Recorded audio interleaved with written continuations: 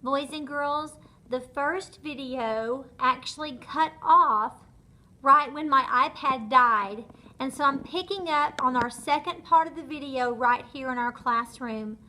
We started talking about this CHAMPS poster, which talks to us about the different ways that we're going to be doing activities and behaving through different things in our classroom, through our warm-ups, through our teacher instruction times, through our group activities, and through our independent work and tests and quizzes. I am going to go over that with you in person because it kind of seems like every single day they're going to change.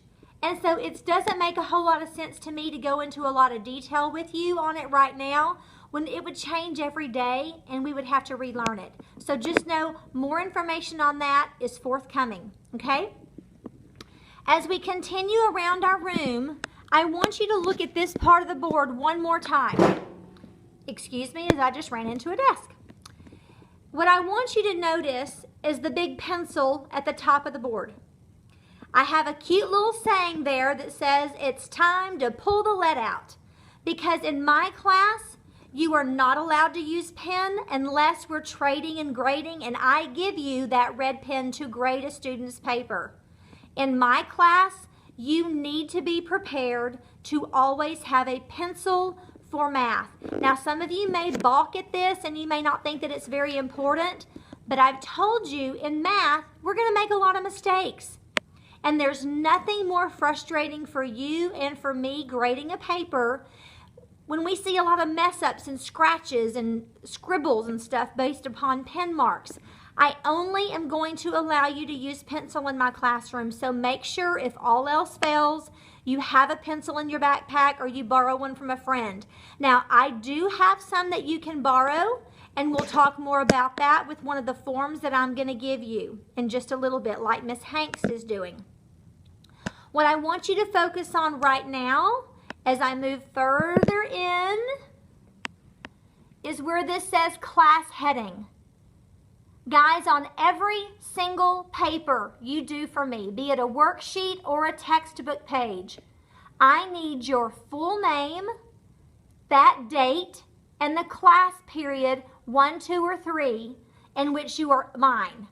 You do not have to put your lab period because those are all going to change. I don't have the same kids in the morning as I do in the afternoon in the same groups.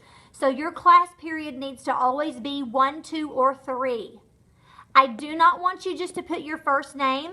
Nobody in 6th grade is Madonna or Prince or Cher to where they have to only go by one name. I need your full name. As an example, this is what my heading would look like. Jen Davis, yesterday's date was 8/29/17, first period. Now, I'm going to give you a little bit of grace on getting used to this heading for just a little while, but you're going to see really quickly that if I get a paper without a heading on it, you will have to do what I call my heading assignment, and that paper will be due the next day, and your paper will go onto the no-name board. That no-name board is something that you're going to have to check. If you know you turned something in, it's going to be counted late, and you will get a minimum of 10 points taken off that paper for you not identifying that paper to be yours.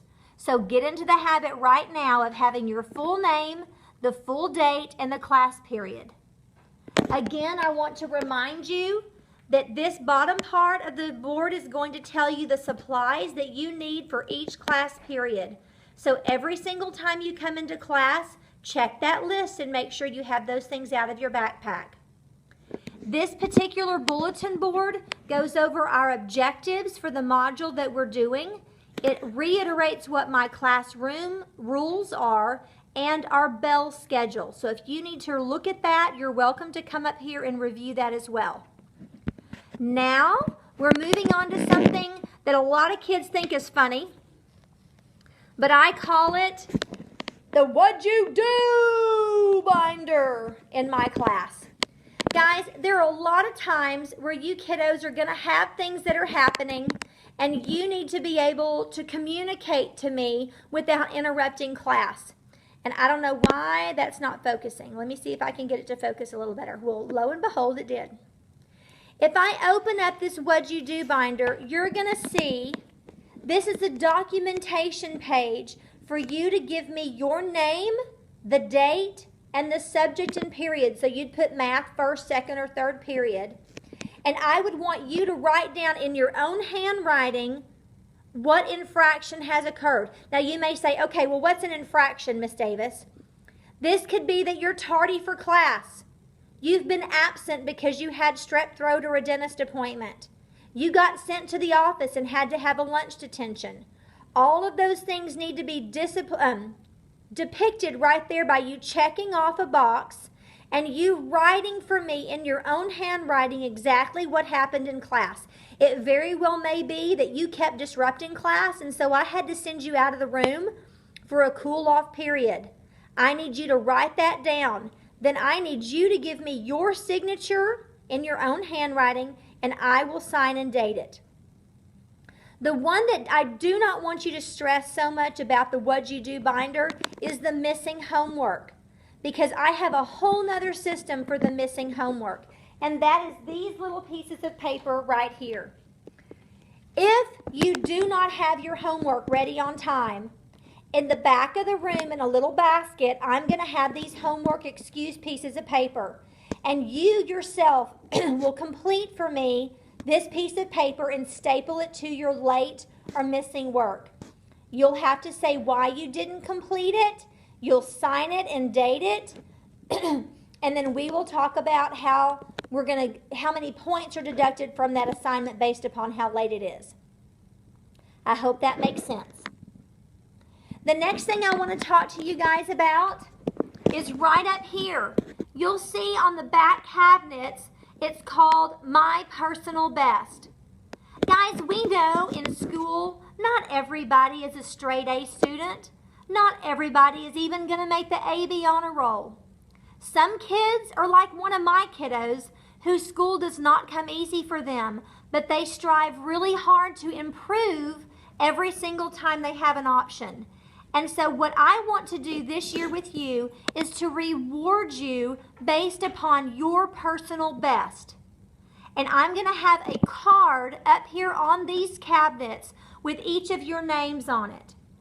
And during each 9 weeks, every single test that we take, if you improve your grade from the previous test, like the first test if you make an 80, and the second test you make an 82, you are improving upon your personal best.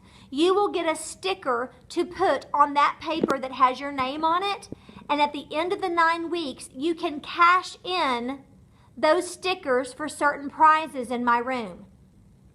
That way, it's not rewarding all the kids who just make 100 or just make an A or just make an A or B. I want you to strive to give me in math class your personal best, and I will reward you accordingly. Guys, that's the last thing that I can think of besides reminding you what this class calendar is all about. Don't forget, in your binder, you're going to have a 9 weeks calendar. Use that on a daily basis like you did your planner in elementary school.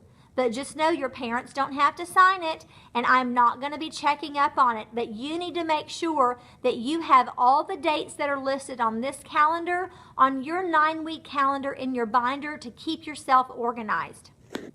The only other thing I can think of that just came into my mind are these 3 folders, or they're actually bins or trays. If you turn work in late or missing, these are the baskets in which you will turn them in, and I will have them labeled first period, second period, and third period so we can keep those separated and make it easier for me to grade. So if you don't have it ready on time, this is where your late or missing work baskets will be. As we exit the room, you guys know that Lexington is really big on sports, and I want to make sure that I, as your math teacher, and we as a staff celebrate and support you in your junior high adventures with athletics. And so on the door, you will see our football schedules, our volleyball schedules, and right now our cross-country schedules. As the year progresses, I'll change that to basketball and track and tennis as well. Guys, We're going to have a great year, and I'm so excited to be your teacher.